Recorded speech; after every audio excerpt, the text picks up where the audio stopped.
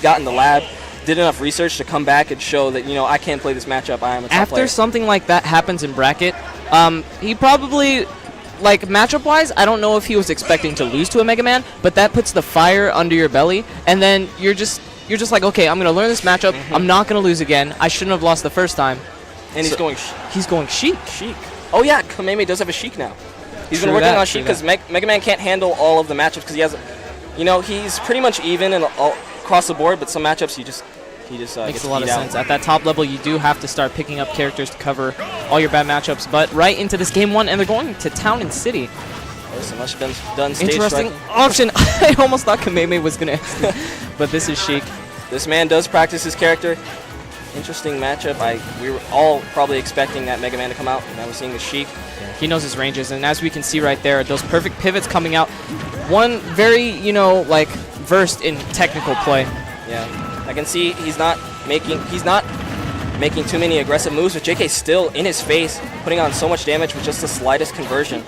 I think it's hard to make the right, you know, approach option as Sheik because not everything you do is going to be safe like it would in another matchup, because as you can see, JK is getting all these like really good punishes off of just like one whiff, and he's already at like 81%.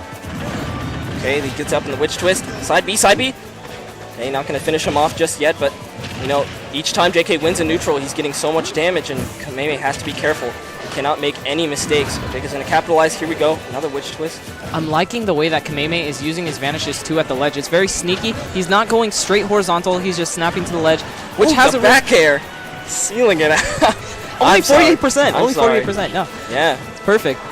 But Sheik, a character that has, you can build momentum. The second you grab momentum, you cannot let it go, or else that could be the set. You could lose for that, because you take that momentum all the way to a stock. All the way to stock, but you know, it's very difficult to edge guard Bayonetta. You could, you know, chain her off the stage, but keeping her off stage, that's another situation entirely. I don't know if I could trust a bouncing fish at the ledge unless it was out of a air dodge read. See, look, JK just got right out from under him after he did that nair, because he recognized that there was a lot of end frames. So he didn't net that much percent, but just knowing that Kameme has to play so on point, and like his spacing just has to be like crisp. He can take liberties with that fact, and also liberties with this huge lead that he's amassed so far. And he has a little bit of rage, which is going to work to his favor. Kameme has to be very careful. He gets hit once, down tilt, witch twist. That could be very dangerous for him. Now we're seeing something that we usually see out of JK. We're seeing that very defensive, very slow play, just baiting Kameme to approach, and possibly, you know, miss space even more, because he does have that desperation factor. Oh, wow, and the bouncing fish didn't even connect. The nair into bouncing fish is usually the bat within privilege. It got him there. Bat within. Frame 1, but the up air will be enough to get him sort of even now. Unfortunately, we did see a huge advantage from JK at the beginning of the set, but Kameme, he brought it back, and 50%, nothing with Sheik. Not bad at all. That's about 2 combos. And now you can see he's still playing his patient game, not taking any risks. JK is still cutting through his defense, getting those little hits that can convert into big damage. Kameme has slowed down significantly in his play, but he's still getting way too close to JK's face, and he's at death percent now. And if he catches him fiending, that's a witch time. This is very scary for Kameme right now. One hit could be it. You see JK go for the witch time. Okay. He's got to be aware of that counter as well, because if you do throw out witch time too liberally, you might accidentally, you know, get the really slow witch time. But really he's reserving it, so. The 2-second witch time, not even 2 seconds. Sometimes 2 seconds is all you need to decide a match. You know, I've seen JK convert off shorter witch times before.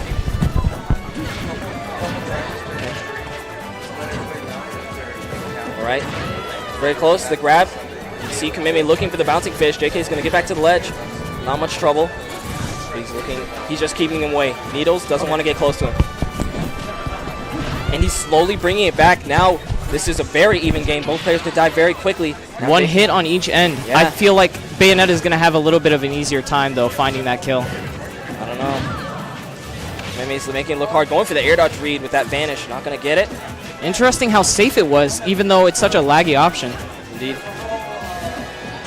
Okay, this is where JK's... Ooh, the up air from Kameme. And He did it the last time, and JK, I believe he jumped over and went back to center stage, but this time Kameme cut off his route of escape with the up air and sealed off the stock. And it was like a 1-2-3. Like the first time he went for the up air, second time vanish read for the air dodge, third time just he's like he's not gonna air dodge, just gonna go straight for the up air, and he caught him out. That was.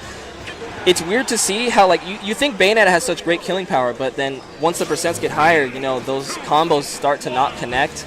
The B move combos. It gets a little bit harder, so yeah. you need a more solid kill confirm, and JK couldn't find it that last time. I like how JK's running it back, though. He was playing very solid at the beginning of game 1. Same stage. I believe if he plays this right, he should be able to convert an easy kill off the top. You know, get a witch time, up smash, yada, yada, yada. I just saw JK go for the jump canceled up B, the one that Salem talks about a lot. The witch time, or not witch time, witch twist, where you go, if you just can't jump cancel it, you get just the first hit and the last hit. They cannot SDI it. So I saw him going for that. Really? Yeah, so he does know about it. I'd love to see him hit it. That's a great way to extend an almost not true combo. Because if your Hendrix DI is just on point, it's kind of hard to get those very Bayonetta-esque combos where you just carry them throughout the air. Ooh, the bounce fish connected, and now Kameme with the lead in this game. Kameme, he's learning. Yeah. The roles have swapped just a little bit. Yeah, JK caught him out a few times in neutral last game, but now Kameme is playing a lot more intelligently, has adapted a little bit, but this is still going to hurt. Yeah, I wouldn't get too comfortable with this lead because I know Kameme, very solid player, but JK himself does have a Sheik, so he understands some of these combo setups, scenarios that he's forcing him into. And I don't think he's going to fall prey to that too easily. He caught him out of it! Oh, I thought that up air was going to kill him. He did have rage too. That was mad scary. He hit like a very sour spot of up air, but that was a great conversion. Yeah, right out of the witch time, he did the jump cancel witch twist, so he couldn't DI, and that would have been a true confirm if he hit that up air right. But Kameme's been getting really comfortable with that up throw up air too, so that was perfect timing for the witch twist. Bad read on that roll, didn't get the forward smash, could have been a lot more damage. Just gonna get him in with 24%. Kameme is kind of like embodying what it means to be a ninja. He's like so elusive right now. It looks like it's just a little bit hard to kill him. This man's slippery, actually covered in oil, came to the venue smelling like a young grease ball. Oh, you see that wave bounce? Oh! Sometimes I forget how technical Kameme is. If you've seen his Mega Man, this man does footstools all day. Like, it doesn't matter what part of the set. I actually forgot. Yeah. That nair was super scary. JK back air, nice read. Okay, all JK needs is a couple of punishes on whiffed options like nair. He just needs him to fish. He just needs Kameme to get impatient and capitalize fully off of it. And we could see around a game 3. Yeah. JK's been coming up from the ledge with that witch time a couple times. All right, Kameme does have full needles. Oh, I thought he was gonna go for needles to bouncing fish. Let's see what he does. He's not like pressuring JK at the ledge. He's just waiting to see what he's gonna do. Okay. Okay. Oh, that got air dodge right out of it. That was almost it for JK. Could have been a quick 2-0. That up tilt punished him so hard for not teching on the stage. And there's a 2-0 for Kameme. The up air. That was so close for JK to bring that back. Consistently. So this is one thing we understood about this matchup is it's obviously going to be hard for Sheik to edgeguard Bayonetta. So what Kameme decided to do instead was kill him off the top. Yeah. All of his kills were basically up airs. Yeah. And literally, I think everyone was an up air. Yeah, it's like a 50-50. And he cut him off, unfortunately unable. I think Bat Within could have helped him. You know, air dodge, frame 1 through 5, Bat Within will activate and he can get out. Yeah, you saw Kameme at the ledge. Every time he got JK off stage, he wasn't pressuring him. He was just sort of throwing needles that were safe, but he wasn't really going off stage, fairing, back airing, all that. Yeah, I feel like if Kameme started doing like needles to bouncing fish at ledge, it does catch you once your vulnerability runs out, and you can convert a bouncing fish out of that. So it's a lot scarier. It's very Void-esque. Super intelligent.